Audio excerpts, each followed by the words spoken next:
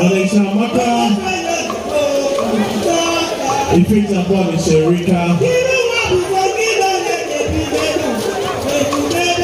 Ifeja Bobby Sherika,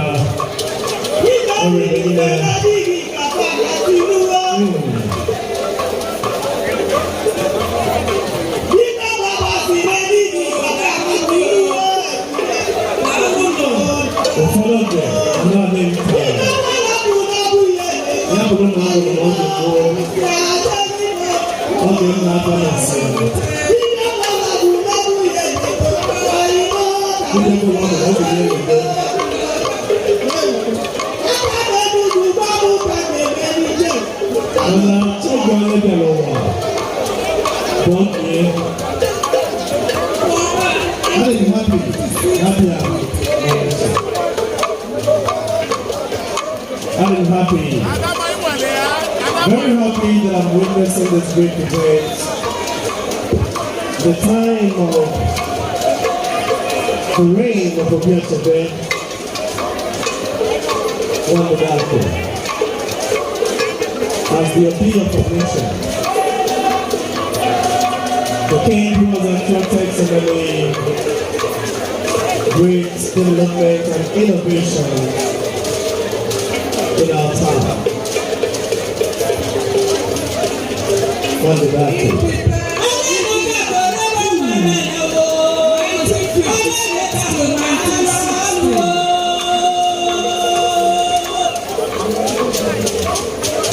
The independence.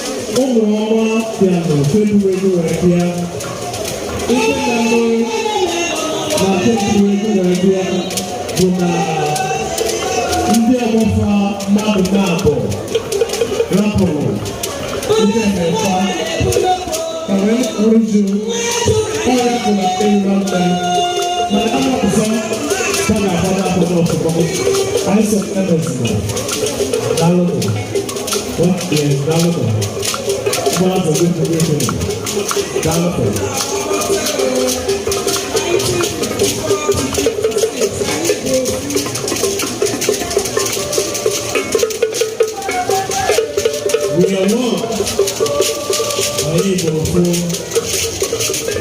Independence dialogue.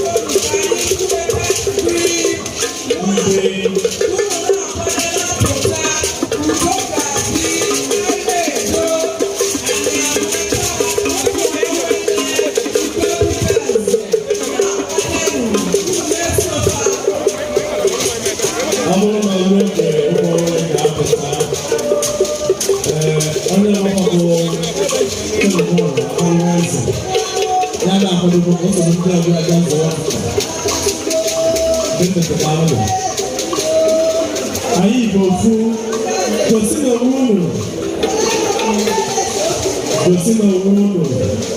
aí, Bofu, manda pra ela.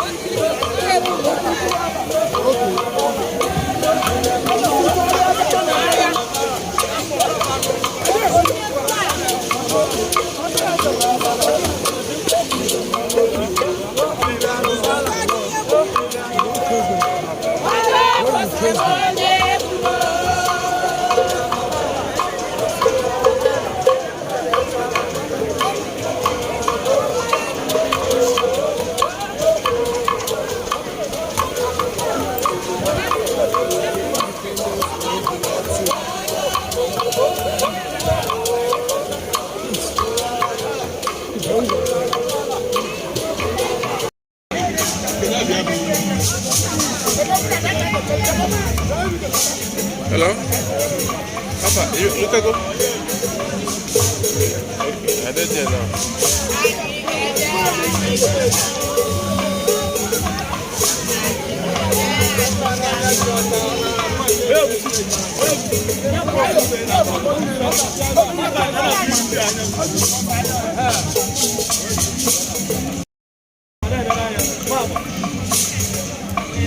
Although it's also been recognized as the most witnesses performance.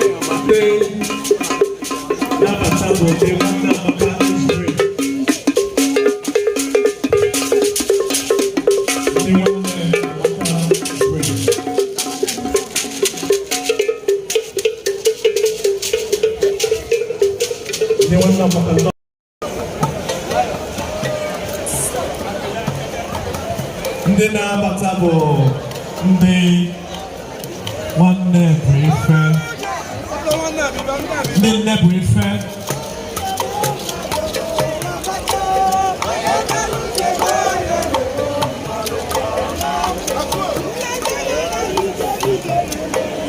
nne bụ ife 58. Nne bụ ife nọnụ.